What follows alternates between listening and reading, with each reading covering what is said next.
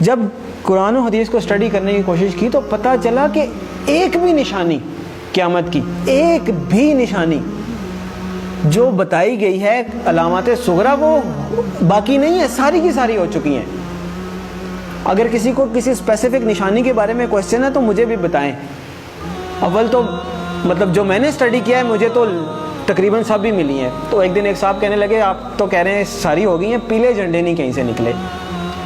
تو میں نے کہا پیلے جھنڈے تو وہ رابعہ ابھی نکلے تھے مصر میں، جب صدر مرسی کی حکومت انہوں نے گرائی تھی تو وہاں پہ پیلے جھنڈے رابعہ کا نشان انہوں نے بنایا تھا اور بڑی احتجاج کی تھی، وہاں سے پیلے جھنڈے نکلے تھے۔ پھر ایک اور صاحب کہنے لگے کہ دخان نہیں آئی جی، دھواں ہوگا جو زمین کو اپنی لپیٹ میں لے لے گا۔ میں نے بتایا کہ دخان تو اللہ واللہ عالم، ہم عقل کل نہیں ہیں، لیکن دیکھیں ہم نے تو وہ دیکھنا ہے کہ جو ہماری سمجھ میں بات آتی ہے۔ آج سے 7-8 سال پہلے ہم بھی اسی پنجاب میں رہتے ہیں، اسی دنیا میں رہتے ہیں، دھند ضرور ہوتی تھی، دھواں بھی ہوتا تھا، دھواں سماگ نہیں ہوتا تھا کہ وہ پورے لپیٹ میں لے لیتا ہے۔ دھواں تو ایسے ہوتا ہے نا دور سے نظر آئے، دخان ایسا ہے کہ یخشی الناس، قرآن میں اللہ نے فرمایا یوم تأتی السماء بدخان مبین یخشی الناس ھذا عذاب علیم، وہ بھی پورا ہو گیا۔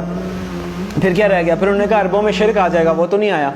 تو میں نے کہا میں بھی سوچتا تھا نہیں آیا، بلکہ جب میں یہ حدیث پڑھ رہا تھا تو میرے ذہن میں یہ تھا کہ پتہ نہیں عربوں میں شرک پتہ نہیں کب آئے گا۔ سب سے زیادہ قرآن حدیث وہاں پڑھا جاتا ہے،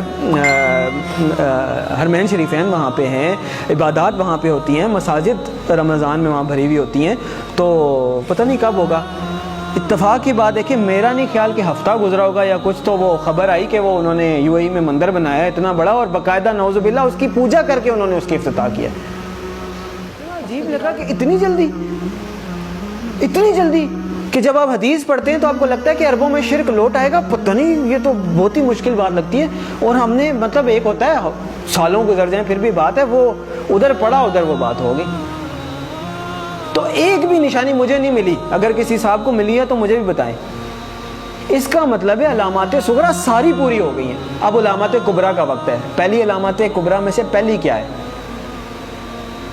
امام المہدی کا ظہور پہلی علامات کبریٰ میں سے پہلی بڑی نشانی ہے۔ دوسری ہے دجال کا ظہور،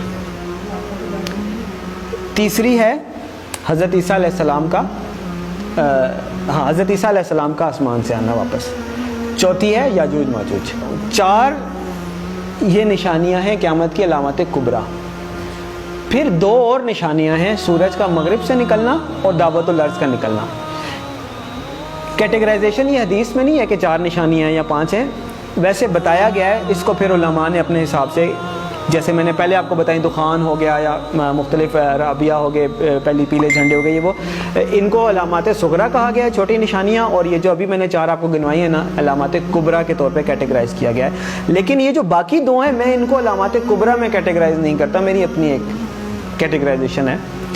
کیوں؟ اس لیے کہ آپ صلی اللہ علیہ وسلم نے فرمایا کہ جب دعوت الارض نکل آئے یا سورج مغرب سے نکل آئے پھر کسی کی توبہ قبول نہیں ہے، جو ہے جیسے ہے ویسے ہے، کوئی نیک ہے بد ہے، کافر ہے مسلمان ہے پھر کسی کی توبہ قبول نہیں ہے۔ اس کا مطلب یہ ہے کہ یہ جو 2 نشانیاں یہ قیامت قائم ہونے کے واقعات ہیں، وہ تو ایک قسم کی قائم ہو گئی نا قیامت۔ تو جو نشانی تو وہ ہے کہ آپ الرٹ ہے، نشانی ہے بھائی آنے والی ہے، تیار ہو جائیں۔ تو جب آ گئی تو پھر تو نہ توبہ ہے نہ کچھ ہے، پھر تو نشانی نہ ہوئی، پھر تو ہو ہی گئی۔ جب توبہ ہی نہیں قبول، اس کے بعد آپ کوئی چینج ہی نہیں، ایکسیپٹنس۔ تو اس لیے 4 نشانیاں قیامت قائم ہونے کی ہیں، اس وقت تک پھر بھی چانس ہوگا، ایون دجال کے آنے کے بعد بھی چانس ہوگا اگر کوئی توبہ کرتا ہے، اللہ توفیق دیتا ہے۔ حضرت عیسیٰ علیہ السلام دنیا میں آتے ہیں، چانس ہے، یاجوج ماجوج آتے ہیں، چانس ہے، لیکن اس کے بعد دعوت الارض نکل آیا یا سورج مغرب سے نکل آیا پھر ختم۔ تو علامات صغریٰ ساری پوری ہو گئی، علامات کبریٰ کا وقت، اور علامات کبریٰ میں سب سے پہلے امام المہدی کا ظہور ہے۔ اور میرے بھائیوں، میرے پاس مطلب وہ اذان دینے والی بات ہے کہ وہ مؤذن اذان دیتا ہے نا، وہ کبھی کوئی 1-2 بندے آتے ہیں، کبھی کوئی بھی نہیں آتا، میرے بس میں نہیں ہے کہ میں چیخ کے بولوں کدھر سو رہے ہو، کدھر جا رہے ہو، اور نکل آؤ روٹی کپڑا مکان سے، اور میری جاب، میری گاڑی، میرا بچہ، میرا پلاٹ، نہیں۔ اور پتہ نہیں قیامت میں نے آپ لوگوں کو حدیث سنائی ہے، آنکھیں کھولیں، اور پتہ نہیں قیامت میں کتنے سال رہ گئے، شاید ہم پتہ نہیں اگلی جنریشن آئے بھی کہ نہ آئے۔ اور بعض لوگ کہتے ہیں پتہ نہیں پاگل ہے، سب کو ایسے لگتا تھا قیامت آنے والی ہے، نہیں، حدیث میں آپ صلی اللہ علیہ وسلم نے فرمایا کہ میں اللہ سے امید کرتا ہوں کہ میری امت کو آدھے دن کا وقت تو دے ہی دے گا اللہ تعالیٰ. تو صحابہ نے فرمایا آدھے دن سے کیا مراد ہے؟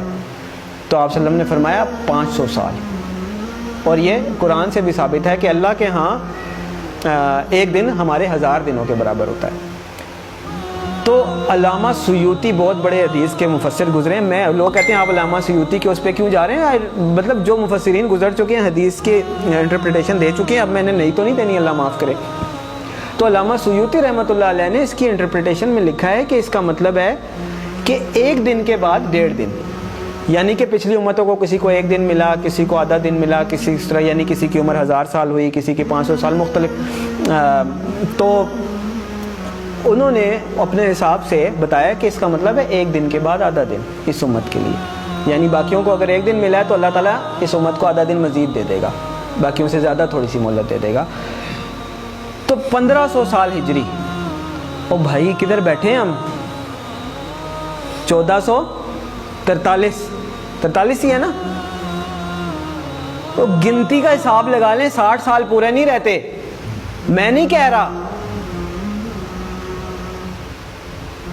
تو اس کا مطلب یہ ہے کہ تھوڑا سا, میں یہ نہیں کہہ رہا کہ 60 سال میں ہی آ جائے گی, یعنی اللہ تعالیٰ نے اگر آدھے دن کی مہلت دینی ہے, اللہ کی مرضی, تھوڑا بہت آگے پیچھے بھی ہو سکتا ہے. لیکن سمجھنے کی بات ہے کہ ہم بالکل ایج پہ کھڑے ہیں, گرنے لگے ہیں نیچے, اور دیکھ پیچھے جا رہے ہیں,